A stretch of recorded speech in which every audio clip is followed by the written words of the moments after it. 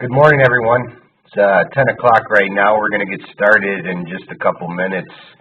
I want to give everyone some time to log in, okay? So we'll get started within 5 minutes, okay?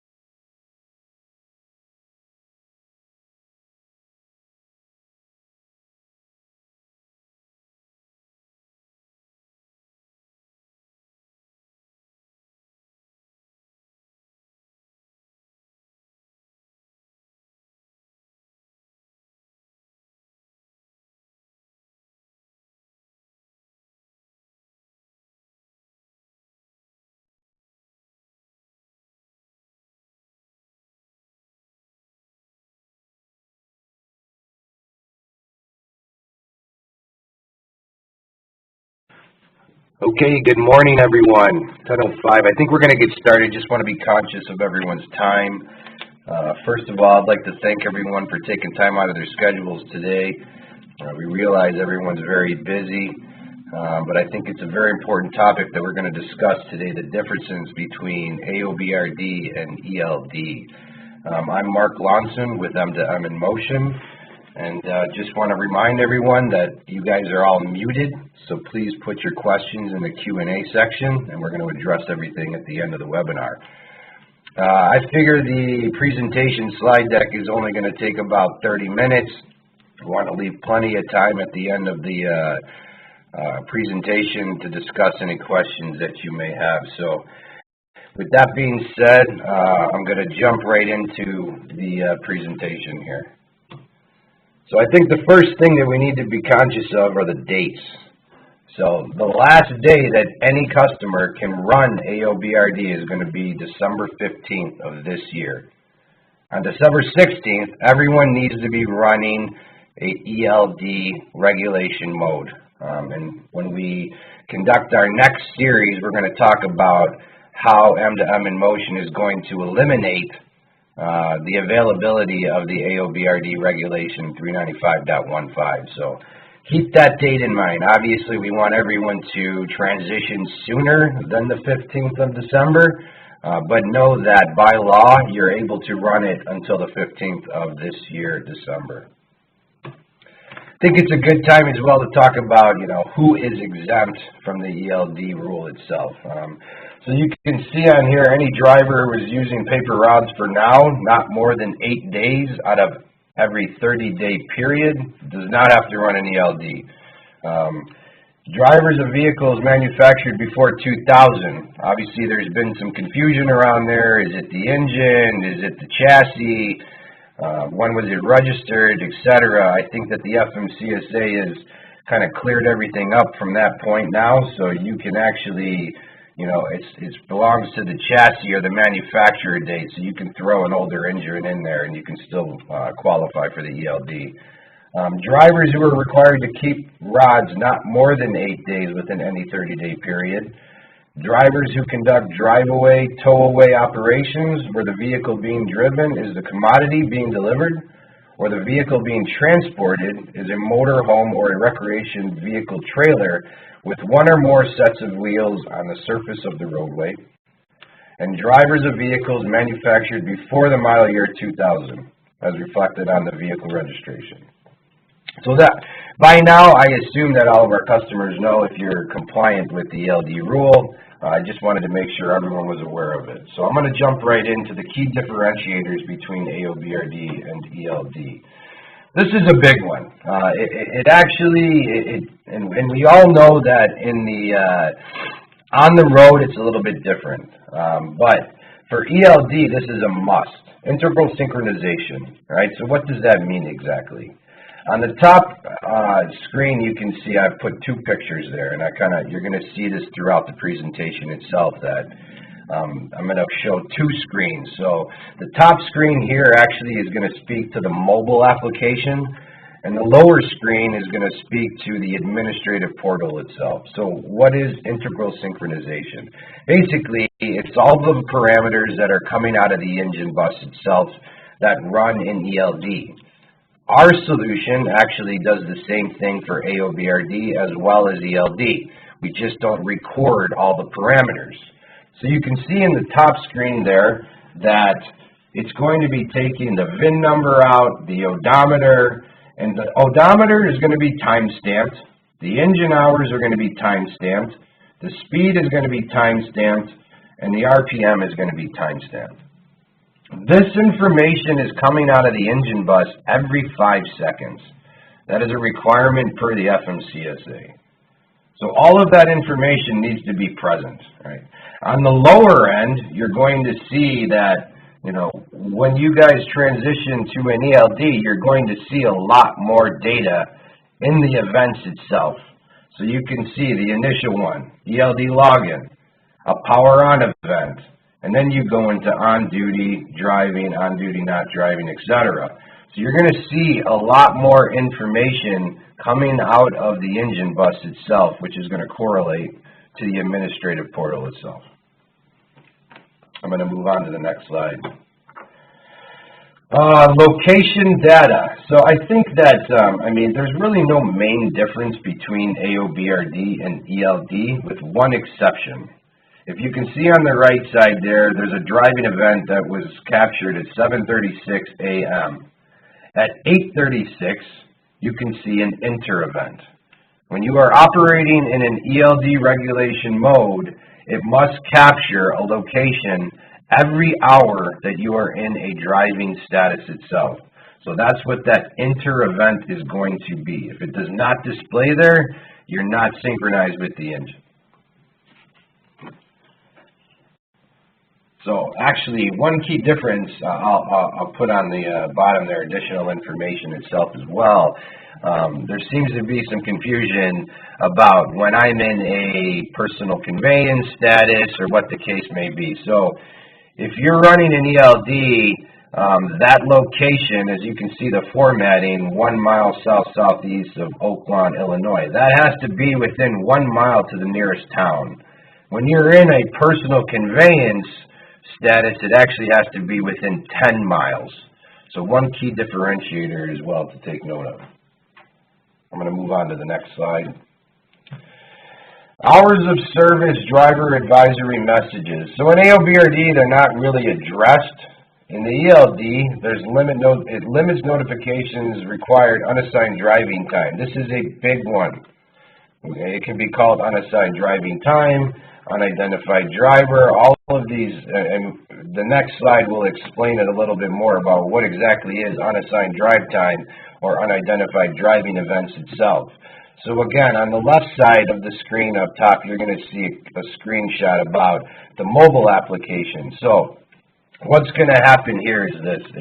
If your driver logs in or does not log into the mobile application, the ELD itself, and starts driving, it's still capturing the odometer reading itself. So it's going to put up a pending edit request to your driver when they actually log in, so the driver can either accept or reject the unidentified driving time or the miles itself.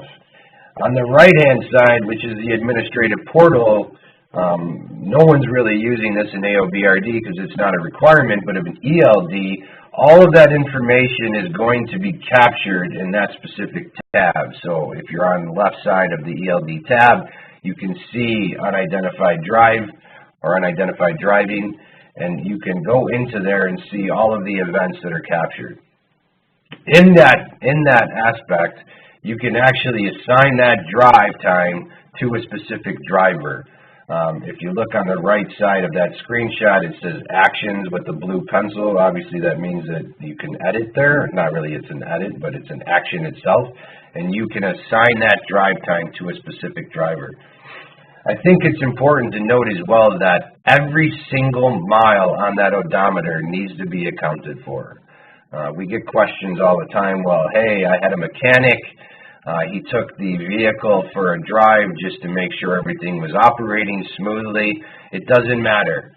They're going to need to have a login credential for mechanic or any other employee that's going to be utilizing the CMV itself. We can make that individual exempt so that they're actually not having to, adhere with ELD, but you can assign those miles back to the mechanic itself or whoever you designate there. I'm going to move on to the next slide.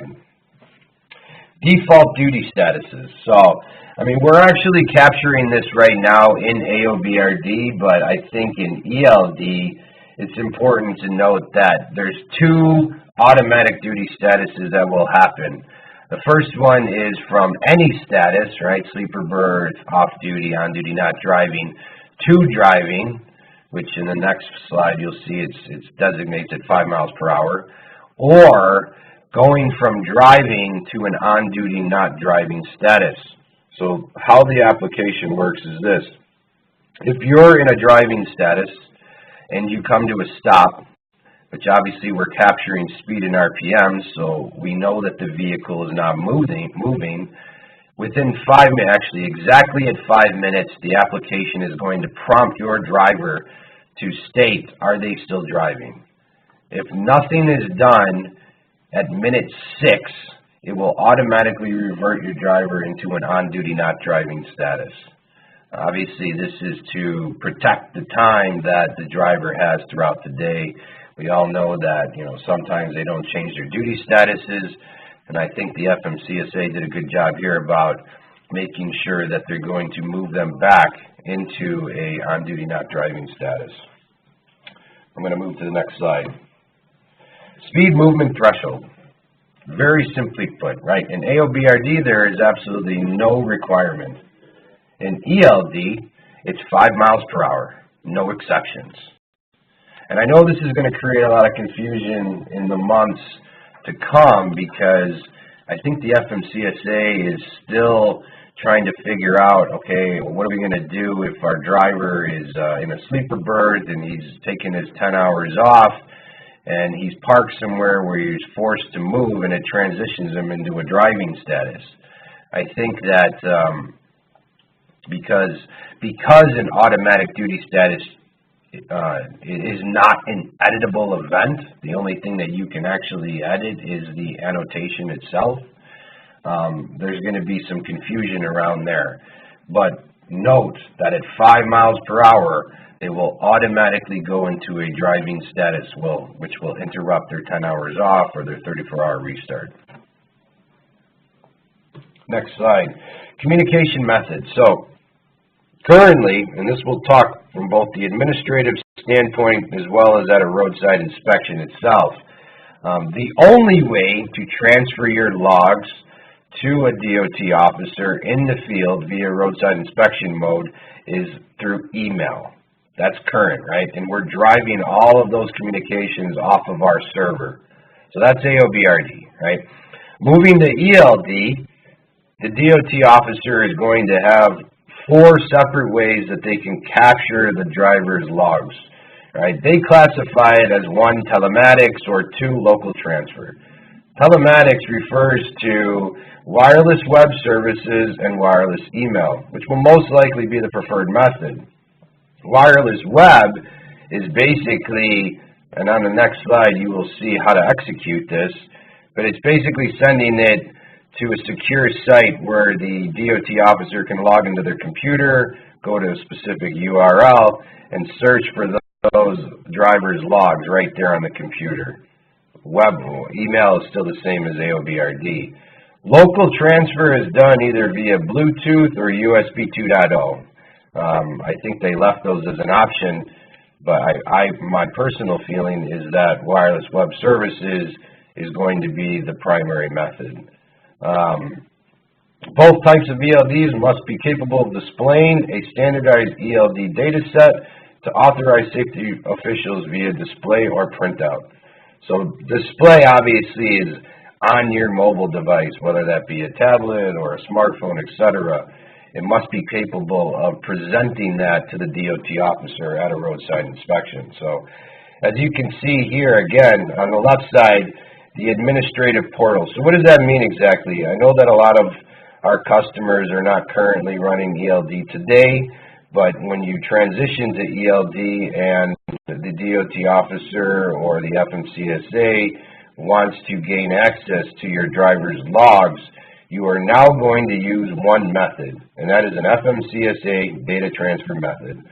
So you can see on the left picture there, you would basically select FMCSA data transfer tab, select the driver, select the vehicles that that driver was using for the determined amount of time, select the date range. I think it's important to notate that in the comment box is going to be the DOT officer's badge number, and then you're going to submit to FMCSA. This will then go to their back-end system where they can see all of the hours of service and everything associated with that driver for the specific time frame. On the right side, which is the roadside inspection mode, you can see that now the officer will have those 4 options to transferring the information to him or herself. And they will select which way they want to do it. Again, I feel that they're going to utilize web services because they have more access to it. Moving on to the next slide. Resistance to tampering. An AOBRD and support system must be tamper-proof to the maximum extent practical. Now, that's a very vague statement in my opinion, but again, this was driven right from the FMCSA. And an ELD must not permit alteration or erasure of the original information collected concerning the driver's ELD records or alteration of the source data streams used to provide that information. The ELD must support data integrity check functions. And as you see on the next couple slides here, we're going to talk about, what the data integrity actually is. So in my mind here, my interpretation is that, all the data in an ELD must be present on the back end, and it has to be exposed going forward. I'm going to move to the next slide. Identification of sensor failure and edited data. This kind of speaks to the last slide as well. So this picture here is actually within the administrative portal itself here. So the AOBRD must identify sensor failures and edited data. And the ELD must have the capability to monitor its compliance, engine connectivity, timing, positioning, etc., for detectable malfunctions and data inconsistencies. An ELD must record these occurrences. So you can see in the right-hand side, that's a diagnostic sync, and there's a mal sync, which is basically mail. So if the ELD does not receive the parameters coming out of your engine bus within that 5 seconds, by law, we have to record that, which is then exposed. It's also exposed at a roadside inspection, as well as in the administrative portal itself. I'm going to move to the next slide.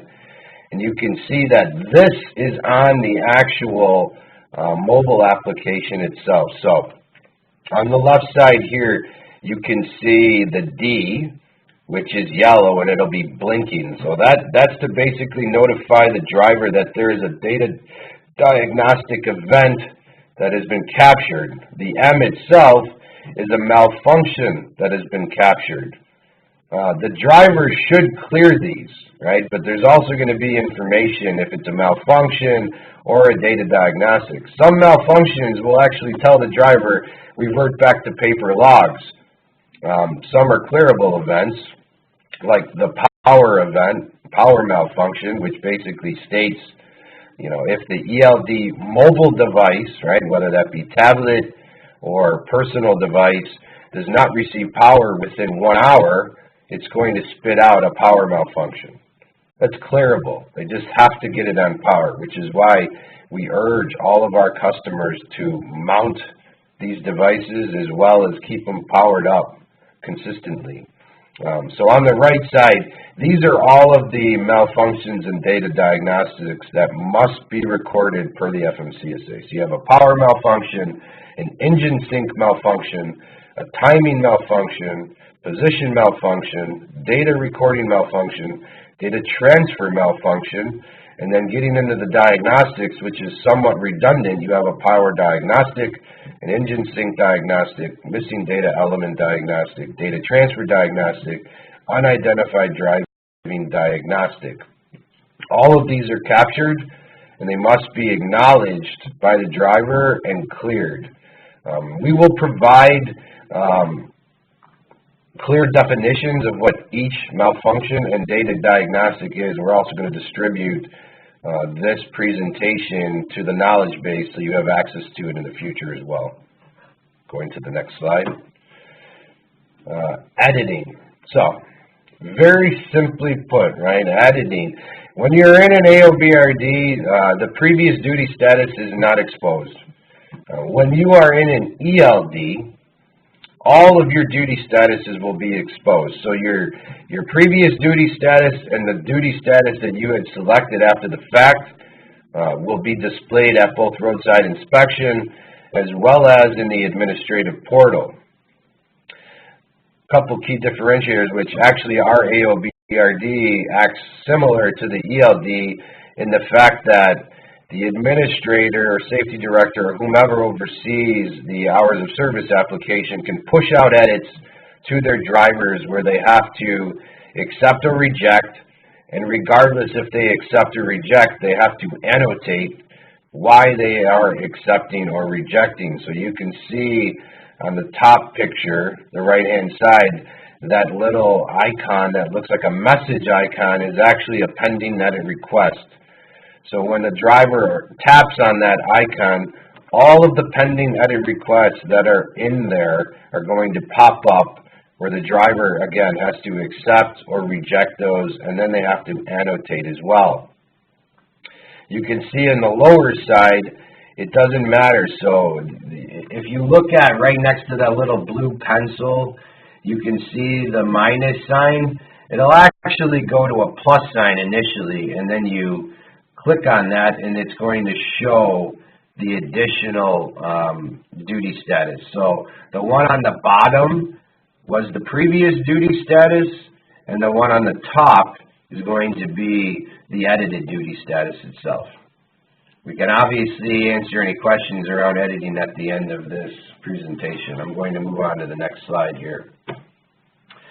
So I thought that it'd be good, before we move into the QA itself, to talk a little bit about, some of the questions and answers that the FMCSA has put forth already. So I'm going to read these out, and then obviously we can discuss them after the call. What electronic logging device user documentation must be on board a driver's commercial motor vehicle? Well, this obviously dates back to December 18th of 2017, which is when the ELD mandate went into effect. But they must have an ELD information packet on board the CMV containing the following items: a user manual for the driver describing how to operate the ELD. We provide that to you guys in a little quick reference guide. An instruction sheet describing the data transfer mechanism supported by the ELD, and a step-by-step instructions to produce and transfer the driver's hours of service records to an authorized safety official. Again, we provide you guys the cab card. All your drivers should have to do is put themselves into a roadside inspection mode, hand the device to the officer along with the cab card, and they should be able to execute whatever they're trying to do. An instruction sheet for the driver describing ELD malfunction reporting requirements and record-keeping procedures during ELD malfunctions. And number 4, a supply of blank driver records of duty status, graph grids sufficient to record the driver's duty status and other related information for a minimum of 8 days. I think it's key to notate here as well that I think now that we have been supporting this for close to 2 years, we all know that there's sometimes some engine malfunctions which prohibit the AOBRD or ELD from operating correctly. So technically, as we move to ELD, the carrier and really us as your service provider will have 8 days to correct the situation, replacing either the device, the ECM device, or fixing it. And by law, the driver is able to capture their hours of service, via paper for up to 8 days. I wanted to notate here as well, because I think that I've seen a lot of violations come through over the last year and a half about this particular aspect. Per the FMCSA, the user's manual, instruction sheet, and malfunction instruction sheet can be in electronic form. This is in accordance with the Federal Registered Title Regulatory Guidance concerning electronic signatures and documents. So, that being said, all 3 of these requirements are captured within the mobile application itself. All you need to do is go to the top left-hand corner, hit the 3 buttons, and go down to Help and Support. The entire user guide, everything that the officer would need to know, is captured electronically right there. I'm going to move on to the next slide. Can a driver use a portable electronic logging device? FMCSA, yes. A driver may use a portable ELD. A portable ELD must be mounted in a fixed position during commercial motor vehicle operation and visible to the driver from a normal seated driving position. This information can be found in the ELD Rule Section 395.22G. So, what they're saying is it's got to be mounted, and it also has to have a power source, right? So, I know that a lot of our customers are utilizing tablets, which we strongly recommend just because there's no interference with a personal mobile device. I think that what we have seen, over the course of the last year and a half is that when a driver is utilizing his or her own personal mobile device, that there's Bluetooth interference.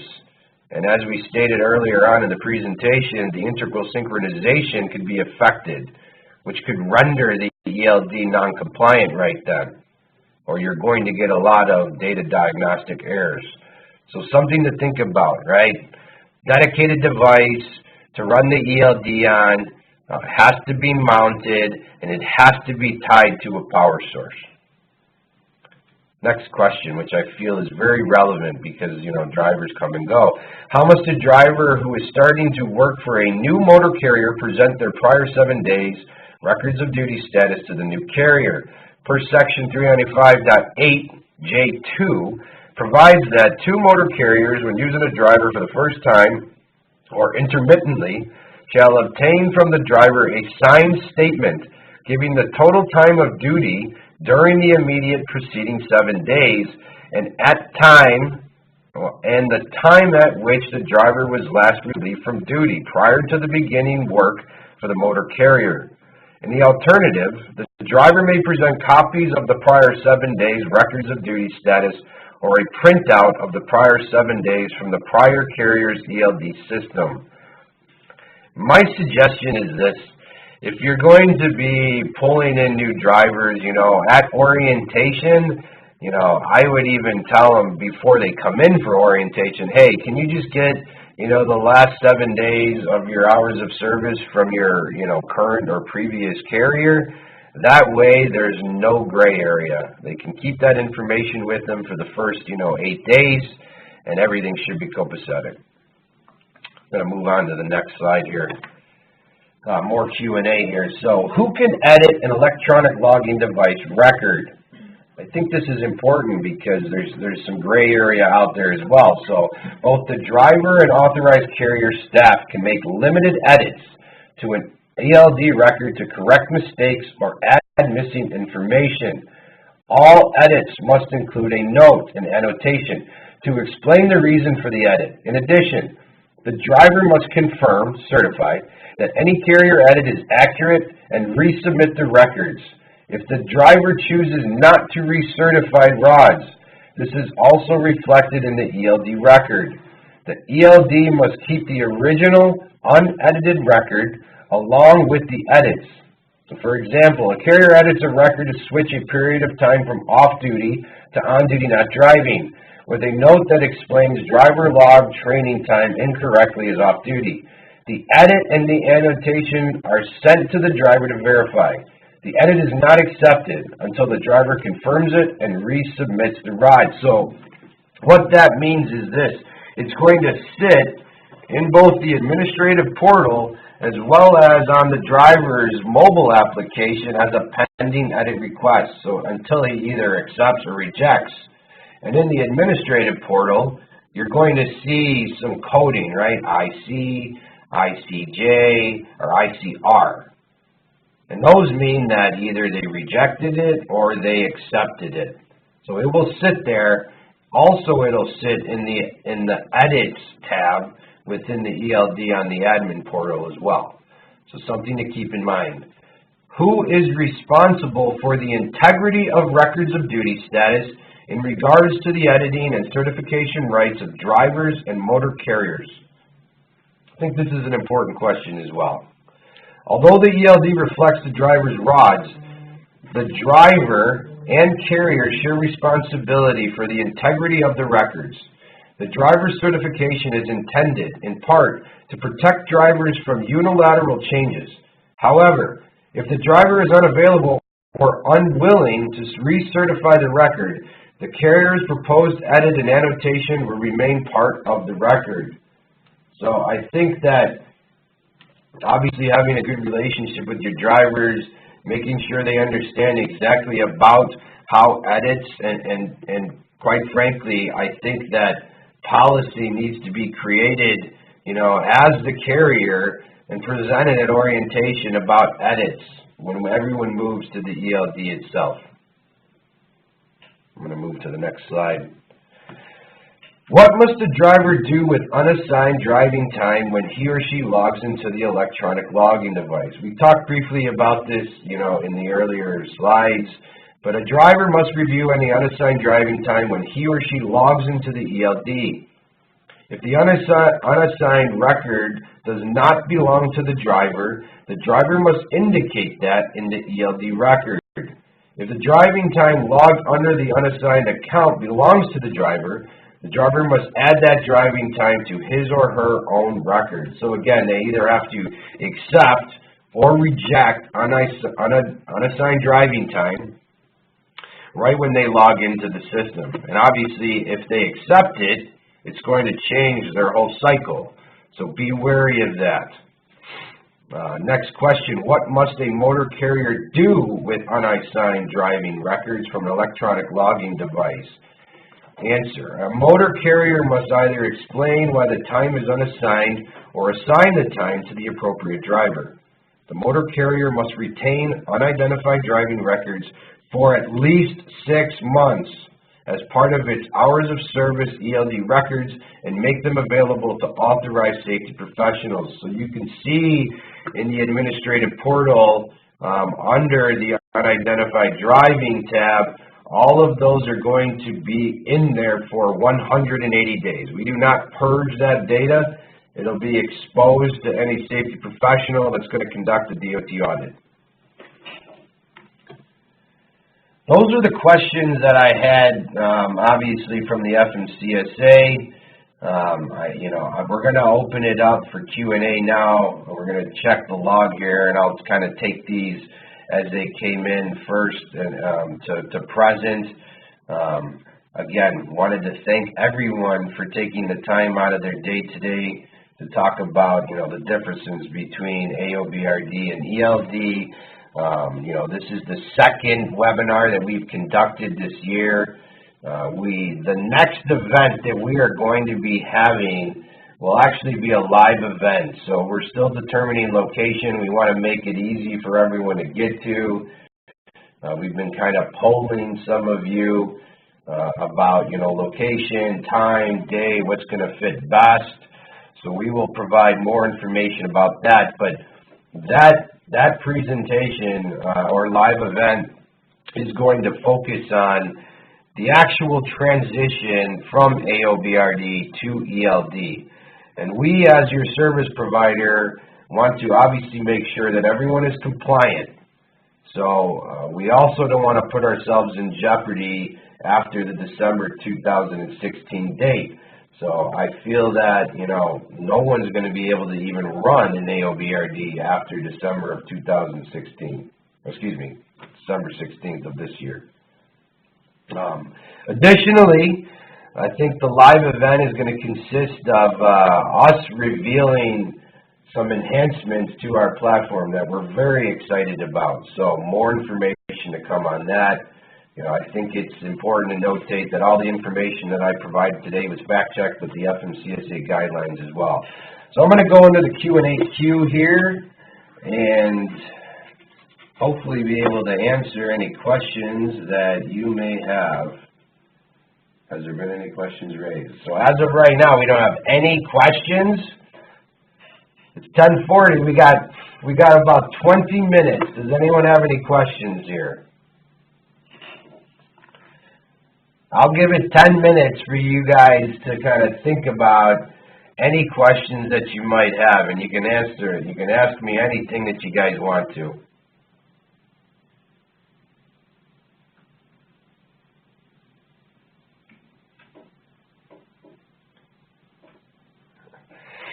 I'm a little surprised.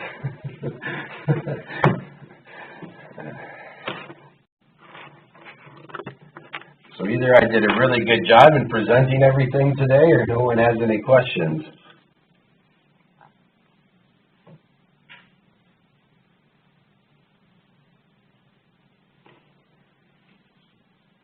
Okay, we'll keep it open for a couple minutes if you guys and girls want to talk amongst yourselves and get some questions in here. We had one come through just now. Will you be posting a recording of this session? I have joined halfway in. The answer is yes. We will be posting this in the knowledge base, and we'll provide, and Kelly will also be sending it out via email.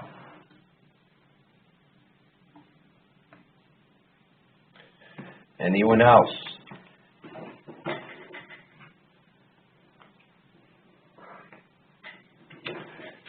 So, all right, I'm going to take this time then, you know, if you guys want to talk amongst yourselves, obviously, about any questions, but I'll take the time that we have to kind of talk to you as our customers about some of the things that we want to do to make the transition smooth, right? Obviously, with the technology changing, you know, on a daily, weekly, monthly basis, we are trying to identify some of the key factors that we feel are going to affect everyone as the ELD becomes mandatory in December of this year. And here's the thing.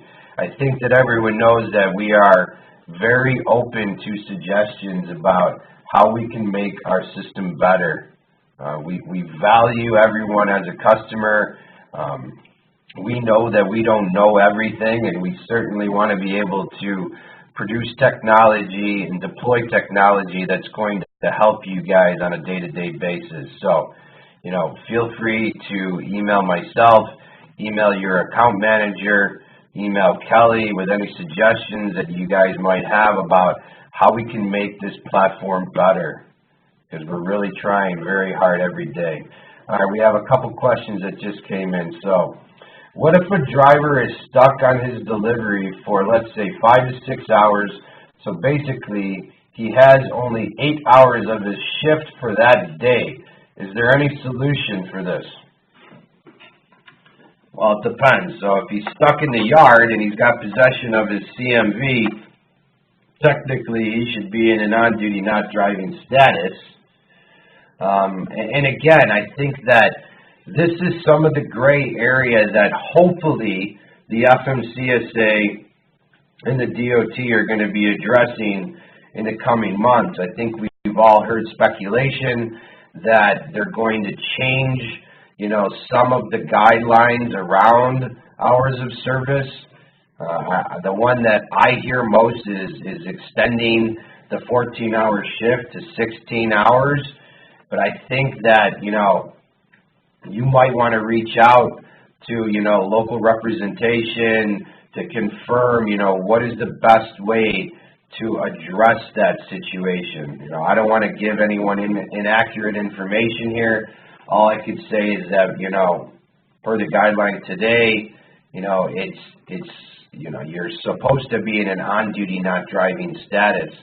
I will say that in speaking with some of our customers, they've made some great suggestions. You know, maybe talk to your shipper or receiver, ask them if there is a way that they can park outside of the gate, so at least you can put yourself in an off-duty status or sleeper berth. That would be my suggestion. Next question that we have. Will the system report all unassigned driving and keep a list of where the miles are assigned? It's a great question. Yeah, all unidentified driving is going to be captured in the unidentified driving tab itself. And keep a list of where the miles are assigned. That's a very good question. Obviously, we're taking odometer readings, you know, and that's how we're deriving at miles driven. Same thing holds true for unidentified driving. So I think that as an administrator of the system, when you assign that drive time to the correct driver, those miles will go on there. So yes, you will be able to capture all of that information, again, for 180 days, in the reporting aspect within the platform itself. I hope that answered that question. If not, please follow up with me directly. What are the differences between yard moves and personal conveyance? Thanks for the question, Jim. The difference is very simple, right? If you're in a yard and you're just, dropping and hooking trailers just to get your cargo, you can then be in a yard move. Personal conveyance has very strict guidelines that we've all seen change recently from the FMCSA, and I would say, understand exactly what personal conveyance is. I can tell you that, we as an organization have been in contact with the FMCSA about this exact topic as early as this week because there seems to be a lot of confusion about how do you assign personal conveyance within the application itself, and how can the driver go back and put themselves into personal conveyance when indeed they were utilizing personal conveyance. So again, we're going to record all of these questions, and we're going to hone in on the answers because we obviously don't want to give inaccurate information. I will move on to the next question. Is there anything that we have to do when we switch from AOBRD to ELD in our mobile level or personal level office? Good question. So the regulation is tied to the vehicle itself. So yes, so let's say that, I'll give you an example. Today, you have a fleet of 5 or 10 or 100, it doesn't matter, right? You would go into the ELD tab, go down into the settings, go down into equipment. You would select the vehicle that you want to transition from AOBRD to ELD by hitting the blue edit pencil. And then on the left-hand side of the screen, the dialog box that pops up, you can see the regulation mode that it is currently in, and that is a drop-down box. All you would have to do is tap that drop-down box, change it from AOBRD 395.15 to ELD 395.20, save it at the bottom, and that'll change the regulation mode. Something to keep in mind, right? For the FMCSA, once you move into ELD, you are not allowed to go back into AOBRD regulation mode. Also, it'd be important for the mobile application. The driver himself can't put himself into ELD mode unless you, as a carrier, expose that function to him. So it's very important that when you make that change and you save that change, in order for that to take effect at the mobile level, the driver should log out and log back in, or at the very least sync with the server. I hope that answered that question. Next question here. Do we have to provide maintenance records in a DOT audit? If the DOT officer is requesting maintenance records, which I would probably think almost 99% of the time they will, then yes, you have to get your maintenance records. A maintenance record isn't technically a DVIR, right, or pre or post trip. It's also going to be how do you maintain the vehicle itself to abide by the safety regulations, that the DOT has put forth. So the answer is most likely they're going to ask for it. So if you're not utilizing a maintenance program today, we have a very robust one which will assist you in capturing all of the information that you need.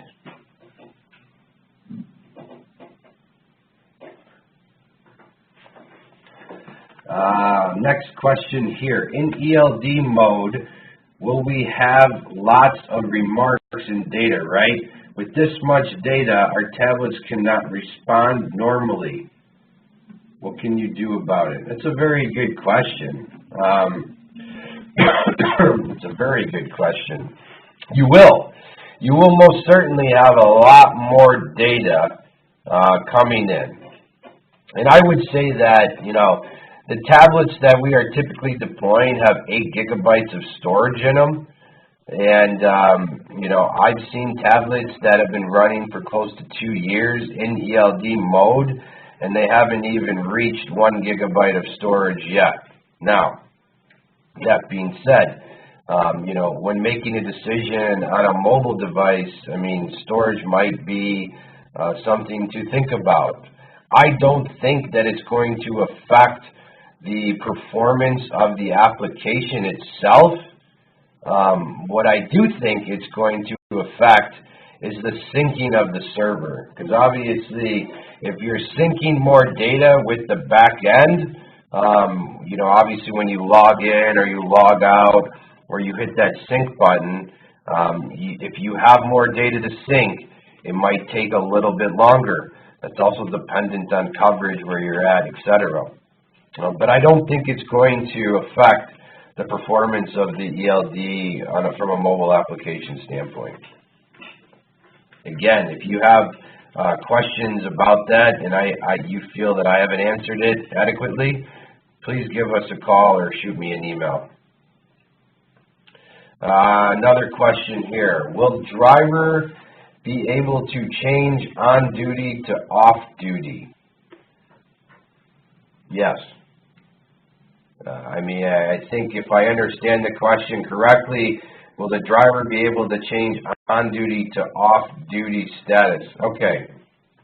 If I think I understand where you're going with this, if it's an automatic transition from driving to on duty not driving, they will not be able to change that status to off duty.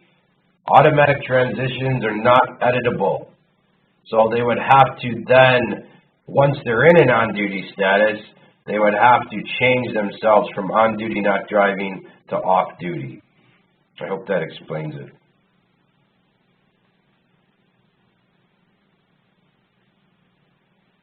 Okay. We're coming up to about 10:53 here. Does anyone have any additional questions?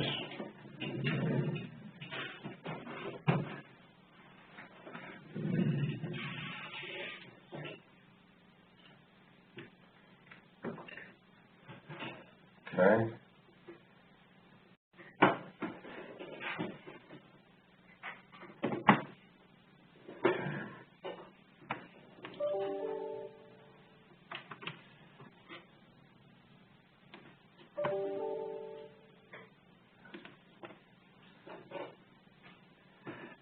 Okay.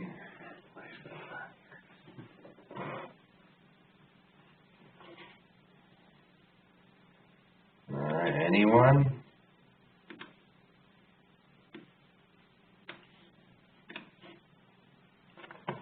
Okay. I'll give it a couple more minutes. Obviously, we have this webinar scheduled to 11 o'clock, and again, we value everyone's time, and we really appreciate you getting on here this morning. I hope this was informative, and we continue to strive for an excellent solution for you as our customers. We'll give it about 2 more minutes, and then if no one submits any additional questions, we'll close this out, and everyone can get on with their day. Hold on, we might have one more question here. Oh, wait a second. We got a bunch of questions here. Okay, I'm sorry about that. How should we pursue if there's been a device disconnection and driver noted this only after the day is finished? I'm going to need some additional information on that, Veronica. If you could email the support team that question with a little bit more detail, I think we can answer that for you. I'm not 100% sure if there's been a device disconnection and driver noted it only after the day is finished. Again, email the support team on this one, but I would say this. If the driver is not connected, 2 things are going to happen. One, you're going to have a yellow bar at the top of your application that says vehicle disconnected, or 2, the icon that's, you know, identifies if you are connected will be a box with an X in it that should be flashing. So, you know, that should never happen.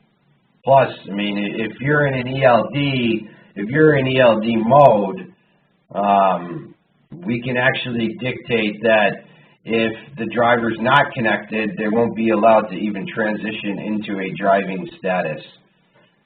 So you're also going to get a bunch of data diagnostic errors which will inundate the event, your event lines. So again, if that didn't answer that question, please email the support team. One additional question here. In regards to diagnostic, is there a sheet to explain each occurrence? Yes, there is, Michael. We'll get that out to you guys as well. Next question. How much time or mile drivers can be on yard moves or personal use? I think that, I mean, that's a very gray area. Yard moves, I mean, should be, you know, held within a yard. If you moved out of the yard, you should most certainly not be in a yard move status. Personal use is obviously has changed, and, you know, I would suggest contacting the DOT directly to get a firm answer, which you can go on the FMCSA's website or the DOT. We will also provide some guidelines around there. And here's what I can say, and I've been saying this from day one. Our system will not take a driver out of a personal conveyance status if they've been driving for 8 hours. So it's kind of dependent on the driver and the carrier to understand the guidelines around personal use itself. But we will get some more information for you on that. Got another question here. Is there a good chance you will have to do a lot of changes with the software once the FMCSA announces proposed changes? I think that all service providers will have to do changes that comply with any FMCSA changes that are completed. So I would assume that, you know, we will get that information and turn it around in a timely manner. I can't expect, you know, the DOT or the FMCSA to feel that with proposed changes that it'll happen overnight. But I can assure you that, you know, the solution, the ELD and the AOBRD will remain compliant. I understand. I hope that answered the question. Again, if I'm not answering these questions to your liking, please send an email to support@m2m-in-motion, and we will get them more details. As we have a driver on ELD and he keeps getting mail time and mail time clear. Okay. I had the malfunctions up here. All right, let us, in the presentation when we present it, we're also going to post the descriptions of what each malfunction and data diagnostic is, and we'll do that today for you. I'm going to move on to the next question there. I mean, for now, yeah, they have to. Huh. Oh, it's in the knowledge base now, I was just advised.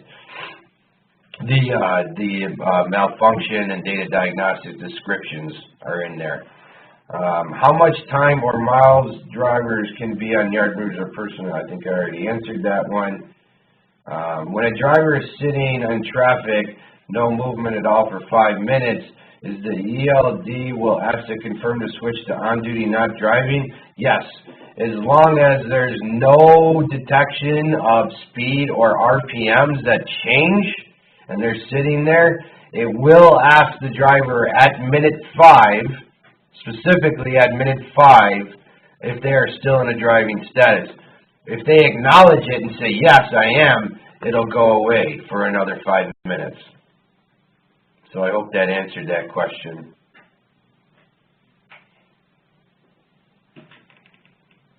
Okay. All right, we're right up at 11 o'clock here, and I want to be conscious of everyone's time. Yeah, and something to notate, right? I mean, all of the information is in the knowledge base. So if you are logged into the portal itself, go to the support tab itself, and you can see right there that it says knowledge base, and there is a wealth of knowledge in there. Videos, documents, articles that have been pulled from the FMCSA and the DOT, etc. And we are constantly updating it with relevant information. So we encourage everyone to go there. Even sometimes before you're contacting support, you might find the answer to something that you have going on right there. Okay. All right, I want to be conscious of everyone's time. Again, we greatly appreciate you all being our customers first and foremost, but also jumping on the webinar today. I hope we were able to provide some information about the differences between AOBRD and ELD. Again, be on the lookout. We're going to be having a live event. Tentatively right now, it'll most likely be in August or early September, which we'll talk more about the actual transition from AOBRD to ELD, along with a pretty big reveal about some enhancements that we are working on the scenes, behind the scenes right now. So again, thank you for everyone's time, and we look forward to supporting you guys now and in the future. Thank you very much.